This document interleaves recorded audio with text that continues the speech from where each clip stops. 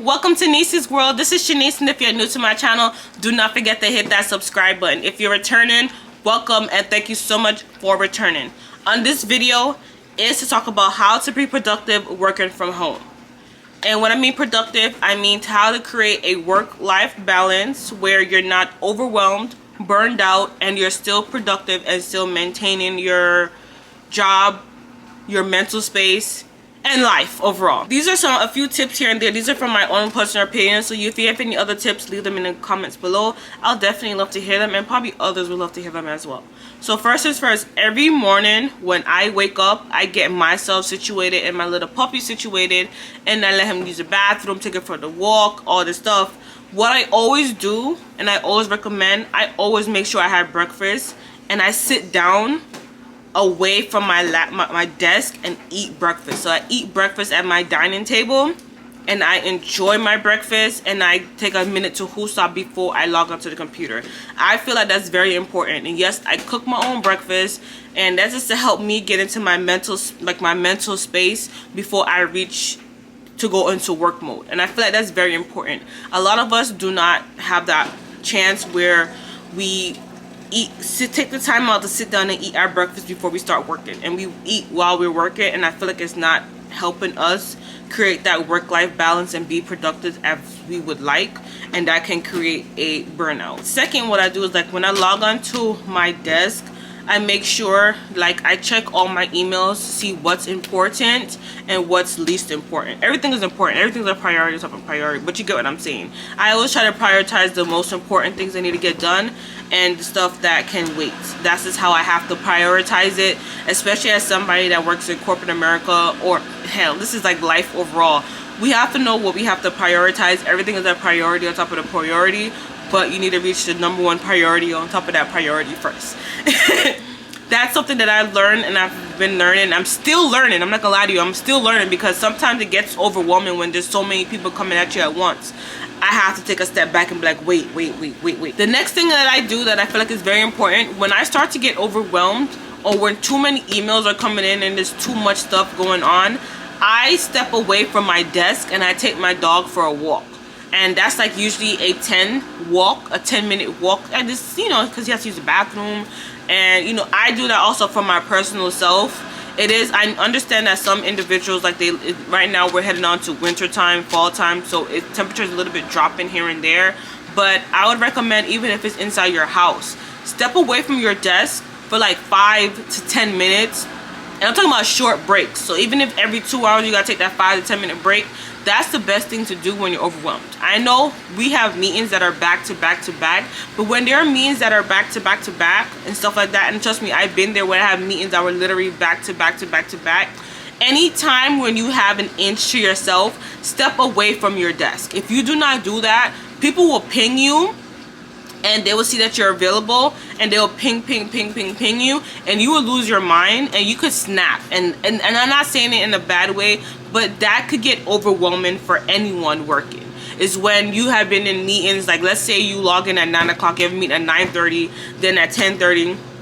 I'm talking about if these are hour-long meeting or 30-minute meetings, 10, 11, 12, and then at 1 o'clock you finally have time for yourself to prepare, and then you have a meeting like at 2 o'clock.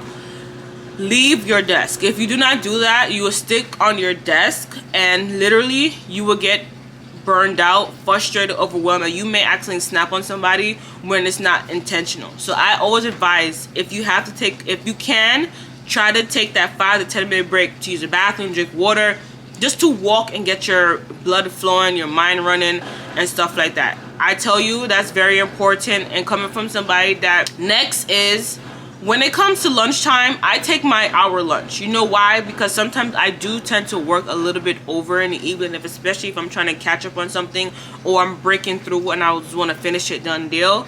Take an hour lunch if you can. The reason why I say that is because this is your time to hoosah. Yes, there are meetings. Yes, everything is important, but your mental health is important. Take your hour lunch.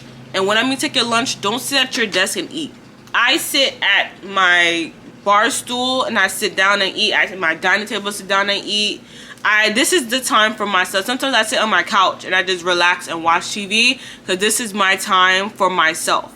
I need that time to regroup, especially if I had like 4 meetings in the morning. We as individuals need to stop eating at our desk while we're working, because I feel like it's not creating that work-life balance, and it's getting overwhelming, and we could get burned out, and we don't have that right mental state. I feel like that's very important. Another thing that I do is that when I'm working on an analysis or report or a project and I'm getting frustrated, I listen to music or a podcast, and I'll look away for like 5-10 minutes, and I think to myself, okay, XYZ, I covered this point, that point, this point. After a while, if it starts getting frustrated to me, I reach out for help.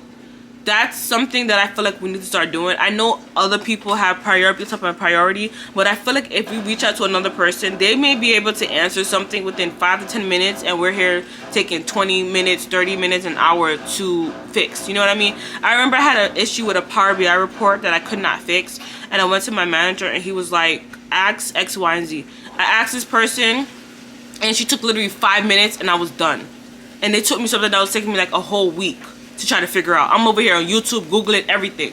I'm telling you, it is important to try to ask out for help, because if you do not, you will be stuck, and you'll be frustrated, and you'll be annoyed, and you'll just be like, oh my gosh, you know what I'm saying? So I feel like that's very important, to not get burned out at work, to be productive, and just to create that balance that you need. Another thing that I will always recommend is try to create to not forget, try to create a list of like all the reports that probably need to be done on every day. Like I have reports that are like, they're weekly, so they need to be done each and every, like in a certain type of day. So I always write, okay, this report need to be done on Monday, Tuesday, Wednesday, Thursday, Friday. This need to be done before 1 p.m. and stuff like that. That's helped me to be able to organize my schedule and to know what's important on top of what I'm working on.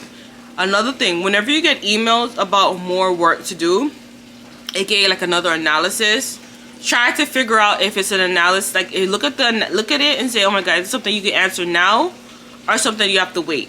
Like they could wait. There's some stuff that they can wait, like probably like 30 minutes, an hour or 2 hours from now, and there's some things that probably needs to be prioritized, like done now as soon as possible.